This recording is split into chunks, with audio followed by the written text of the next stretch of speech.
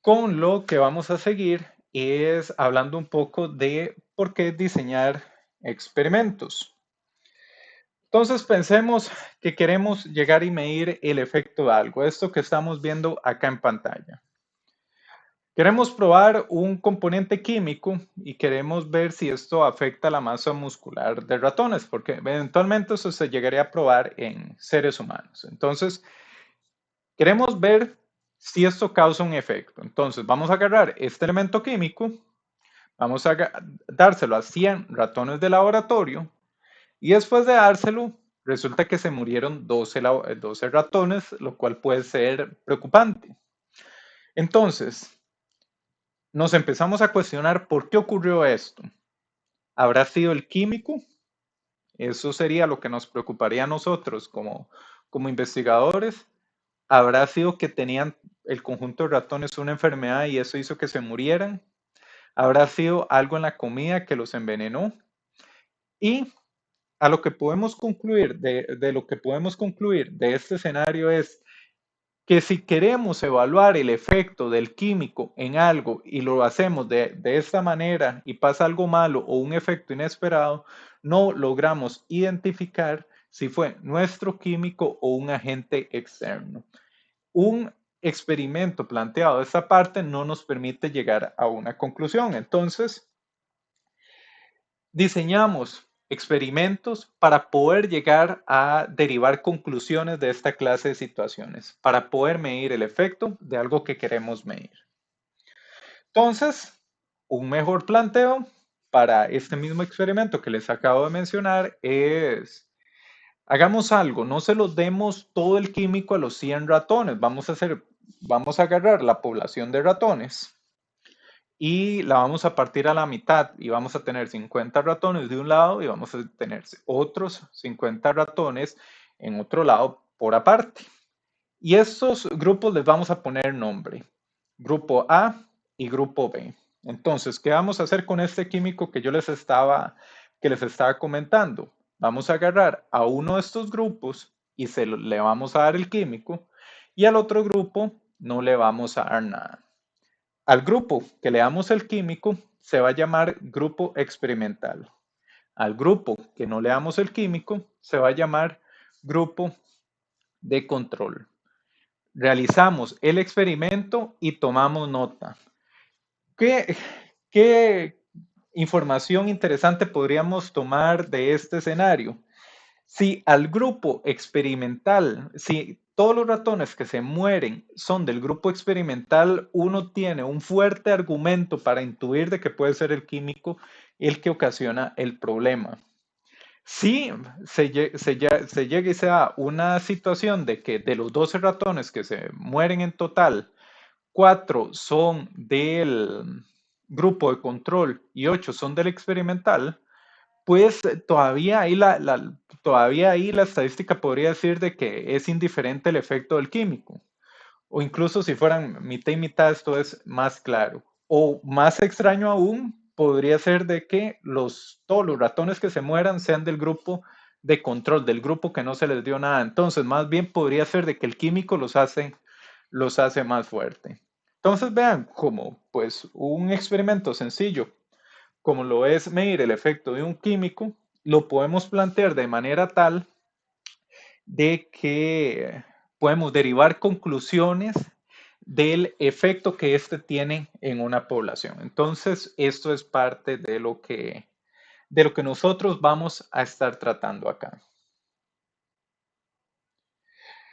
Viene, pues, las pruebas con ratones, que pobrecillo los ratones, no hagamos pruebas con ratones. Por dicho, en esta área no vamos a hacer pruebas con ratones. El, en mucha investigación de las compañías farmacéuticas, lo que está dando pie es para hacer pruebas con seres humanos. Entonces, con seres humanos, lo fácil es recolectar datos, lo fácil es hacer escaneos, lo fácil es sacar sangre, lo fácil es pesarlo, y obtener estadística descriptiva. Podemos decir lo que es relativamente fácil. Lo que es difícil es realizar experimentos. ¿Por qué? Porque hay un montón de regulaciones para lo que son experimentos en seres humanos. Entonces, esto es mucho más complicado y requiere de aprobación para realizarse. Esto es una realidad. Entonces, en pruebas médicas, ¿cómo es? ¿Cuáles son las características de un experimento básico en pruebas médicas? Al igual que los ratoncitos, vamos a tener dos grupos, que es el grupo experimental y el grupo de control. Tal como lo hemos visto anteriormente con los ratoncitos, vamos a tener el grupo A y el grupo B.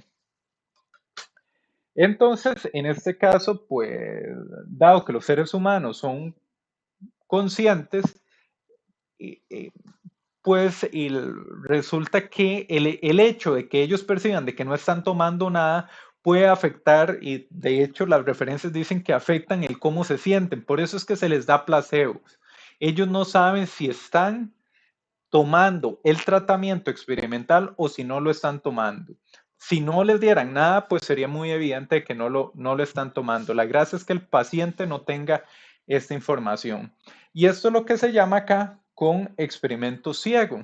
Quiere decir de que el paciente no es capaz de identificar si está tomando el tratamiento o no. Resulta que si el experimento no es ciego, no es un experimento ciego, pues la percepción del paciente cambia y eso tiene efectos que degradan la calidad del experimento. Definitivamente los experimentos tienen que ser ciegos. Un experimento en la parte médica doble ciego es donde ni el paciente ni el doctor saben si el tratamiento se está aplicando o no. Entonces, esto a nivel de pruebas con seres humanos. Acá, si no me equivoco, encontré un ejemplo bastante interesante sobre este señor, Phil Kennedy. Entonces, él es un neurólogo, trabajó gran parte de su vida desarrollando implantes para el cerebro que tuvieran la capacidad de sintetizar lenguaje. Y esto para las personas, pues, que por alguna razón neurológica tuvieran dificultad o no se pudieran comunicar del todo. Entonces trabajó en un implante de esta clase, pues, durante muchos años y llegó en el 95, pues, a realizarlo de manera exitosa y, pues, el tratamiento se veía bastante prometedor. Hizo algo que me pareció interesantísimo cuando yo estaba leyendo la información y es que perdió financiamiento y perdió la aprobación de la FDA. Entonces, básicamente, usted no puede seguir haciendo sus experimentos. Y era una persona tan comprometida con la ciencia que se fue para Belice y le pagó a un médico, a un neurocirujano en Belice, $25,000 para que le realizara el implante a él, el implante que él había desarrollado. Esto fue reciente, fue en el 2014. Y resulta que, pues, producto de esto sí tuvo consecuencias o efectos que alteraron su vida. Él perdió la capacidad de hablar, o sea, sí le alteró. Anduvo un tiempo con el implante, tenía como un aparatillo acá que transmitía inalámbricamente, recabó todos los datos que pudo, pero luego tuvo una complicación y se lo tuvo que quitar como a los 2 meses. Este caso, pues, es bastante interesante porque decidió a falta de voluntarios, financiamiento y permiso, se hizo el experimento el mismo, tanto creía en la causa. Entonces, pues acá nos hace abrir esta ventana de si lo que hizo es correcto. Alguien debería poner su vida en peligro en busca de la verdad científica. Voy a haceros preguntas acá a la clase a ver qué opinan al respecto. Vamos a ver, Froilán, ¿qué pensás? ¿Qué pensás de este caso? ¿Lo harías, no lo harías, lo apoyás, no lo apoyás? ¿Decís que lo metan a la cárcel o que no lo metan a la cárcel? Eh, bueno, es un poquillo complicado, ¿verdad? Porque ahí ya vienen como temas de ética, temas de superación personal, tal vez, o de Ujú. propósito, o tal vez de un posible legado. Entonces, yo diría que es, o sea, que lo vale, la verdad, porque bien que mal, ahorita estamos hablando de eso gracias digamos, a esto, a lo que se está dando. Ahí, bueno, tocas un punto interesante y esto lo podemos discutir un poquitillo más porque, si no me equivoco, él recibió pues, a nivel de lo que es el Colegio de Médicos allá repercusiones porque uno de los juramentos que hacen es no aplicar, no hacer experimentos en gente sana. Por ejemplo, entonces de que él siendo sano se puso un implante que no necesitaba, que eso pues atenta en contra de uno de los principios que había jurado proteger. Y esto, bueno, también va asociado yo creo que hasta las líneas de pensamiento de liberalismo, ¿verdad? Que la gente, bueno, tiene derecho de hacer con su cuerpo lo que quiera. Él es curioso, pues es curioso y yo no tengo una respuesta definitiva de sí o no, sino me parece un área gris bastante interesante. Vamos a ver, ¿usted qué piensa, Steven? Eh, yo pienso que en realidad es digamos, uno podría hacer lo que uno quiera con su cuerpo igual, aunque no sea algo científico. Hay personas, digamos, que, no sé, se hacen daño, ¿verdad? No necesariamente van a ir a la cárcel por eso. Ujú. Entonces, no lo comparto, digamos, pero creo que él podría. Bueno, va más orientado al pensamiento que usted de de, de los liberalistas, ¿verdad? Claro, claro, acá, Pero, ajá, ajá.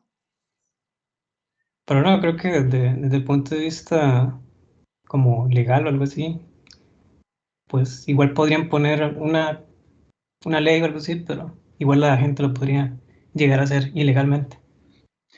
Ahí, bueno, podemos ahondar ya incluso en temas políticos de lo que las personas tienen derecho para hacer o no con su cuerpo. Vea, algo que se me ocurrió ahora que dijiste es la gente que, no sé si has visto la gente que se hace la lengua bífida. Eso, Dios mío, eso para mí es Ujú. impresionante. Bueno, este señor decidió ponerse un implante en la cabeza. A mí la historia me pareció inspiradora, tanto que la puse acá y pues la quise comentar con ustedes. Algo vaciloncísimo de lo que mencionaste, de la parte legal, es que cuando se sacó el implante, el seguro se lo cubrió. Entonces, ahora, imagínate que vos sos la aseguradora, ¿estarías feliz o o pondrías cuestionamiento de tener que cubrirle a alguien algo que se autoinfligió? Sí, probablemente van a tener que agregar una cláusula, pero sí, me parece lógico. Sí, Muy sí, bien. profe, Ajá. en ese punto, digamos, basándose en ese punto, uno en este momento, como asalariado, uno cubre tratamientos de fumadores o de personas que tienen algún tipo de vicio y están tratándose médicamente por la caja. Entonces, y ya es algo, es una actualidad que vivimos nosotros. Bueno, ahí es otro punto bastante interesante. Sí, sí, sí. De hecho, bueno, nosotros pues estamos en un esquema de seguridad social donde básicamente todo mundo entra. Las aseguradoras privadas son más heavy en eso, donde usted le hacen un screen médico y dado sus factores de riesgo, así le cobran el seguro. Entonces, ahí lo ecualizan un poquito mejor lo que es la parte privada. Pero en fin, saben, lo vimos. Muchas gracias por las participaciones. Lo vimos acá en la clase. Phil Kennedy, busquen los artículos sobre este señor. Es un tema que me pareció sencillamente interesantísimo y lo que les puedo decir es piénsenlo 2 veces antes de ponerse un implante en la cabeza. Pero bueno, estamos aquí tratando un ejemplo un poquito más extremo.